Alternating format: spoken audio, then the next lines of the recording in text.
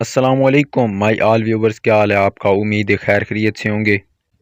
میں عاقب جاوید اور آپ دیکھ رہے ہیں ایموشنل سٹوریز۔ تو چلو چلتے ہیں سٹوری کی جانب۔ اس سے پہلے ہمارا چینل ایموشنل سٹوریز لائک اور سبسکرائب لازمی کریں۔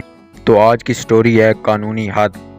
وقت بڑی ظالم شے ہے، ارادوں اور عزائم کے راستوں میں بڑی بڑی دیواریں کھڑی کر دیتا ہے۔ ایک کے بعد دوسری رکاوٹ راستہ روکے کھڑی ہوتی ہے۔ اپنے مقصد کو حاصل کرنے کے لیے وہ ایک انوکھی صورتحال اختیار کر چکا تھا۔ 50 سال گزرنے کے بعد بھی نہ ختم ہونے والی دشمنی کا پر انتقام ماجرا۔ منظر بڑا رومانی تھا۔ وسیع و عریض پبلک پارک کا وہ گزشتہ سرسبز درختوں اور پھولوں سے ڈھکا ہوا تھا۔ یہ اس پارک کی پارکنگ تھی جہاں درجنوں گاڑیاں کھڑی تھیں۔ وہ دونوں بھی ایک ایسی ہی گاڑی میں بیٹھے تھے۔ ہلکی بھور نے نہ صرف موسم کی دلکشی میں اضافہ کر دیا تھا بلکہ ٹویوٹا کار کے شیشوں کو بھی یوں دھندلا دیا تھا کہ باہر سے اندر کچھ بھی نہیں دکھائی دیتا تھا۔ حماد اور دعا ایک دوسرے سے پیوست تھے۔ وہ بیٹھے بیٹھے جیسے یکجاں ہو گئے تھے۔ ارد گرد کے ماحول سے یکسر لاتعلق حماد کے ہونٹ نوخیز دعا کے ریشمی بالوں پر تھے اور دعا کی مرمری باہوں نے حماد کو اپنے اوسار میں لے رکھا تھا۔ اس رم جم میں انہیں کوئی دیکھتا تو یہی سمجھتا کہ اس خوشبودار گاڑیوں کے اندر دو بےتاب دلوں کے لیے یہ ملاپ کی گھڑیاں ہیں، لیکن یہ ملاپ کی نہیں، جدائی کی گھڑیاں تھیں۔ پارک کے اس سنسان گوشے میں یہ حماد اور دعا کی آخری ملاقات تھی۔ دعا بہت دیر سے رو رہی تھی۔ اب تو شاید اس کے آنسو بھی خشک ہو چکے تھے۔ حماد کا چہرہ بھی زرد تھا۔ دکھ کی شدت سے ہونٹوں پر پپڑیاں سی جم گئی تھیں۔ حماد نے اسے آہستگی سے پیچھے ہٹانا چاہا لیکن وہ جدا نہیں ہو رہی تھی۔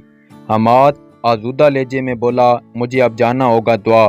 چچا جمشید میرا انتظار کر رہے ہوں گے۔ وہ بار بار میرے موبائل پر کال کر رہے ہیں۔ تمہیں پتہ ہی ہے وہ وقت کے کتنے پابند ہیں۔ وہ ایک سسکی سی لے کر پیچھے ہٹی۔ اس کی عمر بامشکل 16-17 سال ہوگی۔ وہ اچھی شکل کی تھی۔ لباس اور حلیے سے وہ ایک پڑھے لکھے گھرانے کی لڑکی لگتی تھی۔ حماد کی اپنی عمر بھی 17 برس کی لگ بھگ تھی۔ وہ ڈھیل ڈول کا اچھا تھا۔ کھیلتے ہوئے گندمی رنگ اور لمبے سیاہ بالوں نے اس کی شخصیت کو جذب نظر بنا دیا تھا۔ آنسو اس کی بڑی بڑی شفاف آنکھوں میں ٹھہر سے گئے تھے۔ دوسری طرف دعا کا پورا چہرہ آنسوؤں سے بھیگا ہوا تھا۔ وہ عجیب عاجز لہجے میں بولی، حماد کیا کوئی راستہ نہیں؟ حماد بولا، نہیں دعا۔ وہ بہت گمبھیر لہجے میں بولا، میرے کندھوں پر جو بوجھ ہے وہ اتنا بھاری ہے کہ میرے ہر ہڈی کو توڑ رہا ہے۔ میں اس بوجھ کے ساتھ زندہ نہیں رہ سکتا۔ تمہیں بتا چکا ہوں، اس بوجھ کو اتاروں گا تو قانون کے شکنجے میں جکڑا جاؤں گا، پھانسی کے پھندے تک پہنچ جاؤں گا۔ میں جانتا ہوں میری زندگی تباہ ہے دعا۔ میں اس تباہی میں تمہیں کسی صورت شریک نہیں کر سکتا، کسی صورت بھی نہیں۔ اس نے آخری جملے کے ہر لفظ پر زور دے کر کہا۔ لگتا تھا کہ وہ اپنی عمر سے بڑی باتیں کرنا جانتا ہے۔ وہ اس کے دونوں ہاتھ تھامے سسکی، کیا اب ہم کبھی نہیں ملیں گے؟ حماد بولا، نہیں دعا، ہمیں یہ زہر پینا ہی پڑے گا۔ دعا بولی، اتنی بڑی زندگی تمہارے بغیر کیسے گزرے گی؟ حماد وہ بھی درد کے دہارے میں بہہ سا گیا جیسے ہم جیسے لوگوں کی گزرتی ہے دعا۔ تم دل سے کبھی نہ جاؤ گی۔ ہر موسم میں تمہیں یاد رکھوں گا۔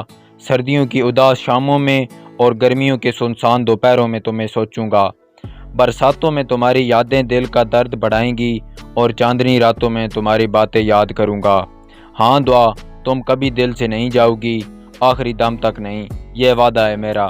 دعا بولی، مگر میں ایسا کوئی وعدہ نہیں کروں گی۔ میں امید کا دامن کبھی نہیں چھوڑوں گی، اس نے کہا اور ڈیش بورڈ پر سر رکھ کر سسکنے لگی، اور پھر اندھیرا گہرا ہونے سے پہلے انہوں نے ایک دوسرے کو الوداع کہہ دیا۔ اگلی کہانی کا ٹویسٹ جاننے کے لیے ہمارے چینل کے ساتھ جڑے رہیے۔ شکریہ۔